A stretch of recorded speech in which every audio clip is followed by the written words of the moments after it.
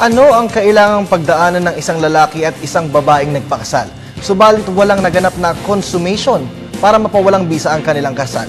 Yan ang paksa ni Atty. JJ Atienza sa Bisig ng Batas. Si Francis at Ines ay ikinasal sa simbahan noong buwan ng Hunyo noong 1988. Ayon kay Ines, noong gabi ng kanilang kasal, matapos ang reception, tumuloy sila sa hotel. Subalit laking gulat niya na natulog ang asawang si Francis sa sofa at sinabing pagod daw siya.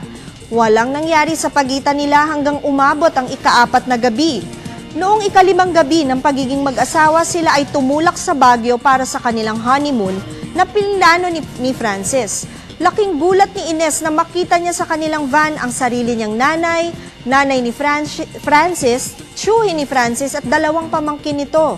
Sa madaling salita, wala pong namagitan sa mag-asawa sa mahigit na 1 taon ng kanilang kasal. Tuwing gabi daw, napakaraming dahilan ang naiisip ni Francis. Kesyo manonood daw muna ito ng pelikula o kaya ay pagod daw ito, ngunit madalas din tinatalikuran siya nito sa kanilang kama. Nag-file ng kaso for annulment of marriage si Ines. Depensa ni Francis, si Ines daw ang may diferensya. Ang alegasyon ni Francis, si Ines daw ang tumatanggi ng walang dahilan. Dapat bang maanal ang kasal ni Francis at Ines?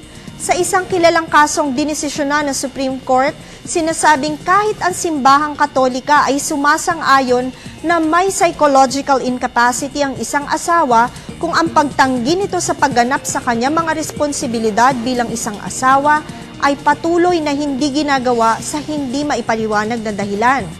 Sa batas, inoobliga mag-asawa na magmahalan, magrespetuhan at maging matapat sa isa't isa.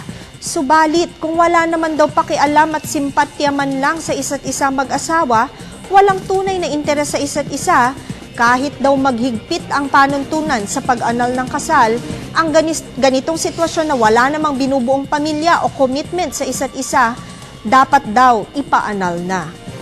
Kung kayo po ay may mga katanungan legal, wag po kayong mag-atubiling magpadala sa amin na email sa ptv4newscenter@gmail.com.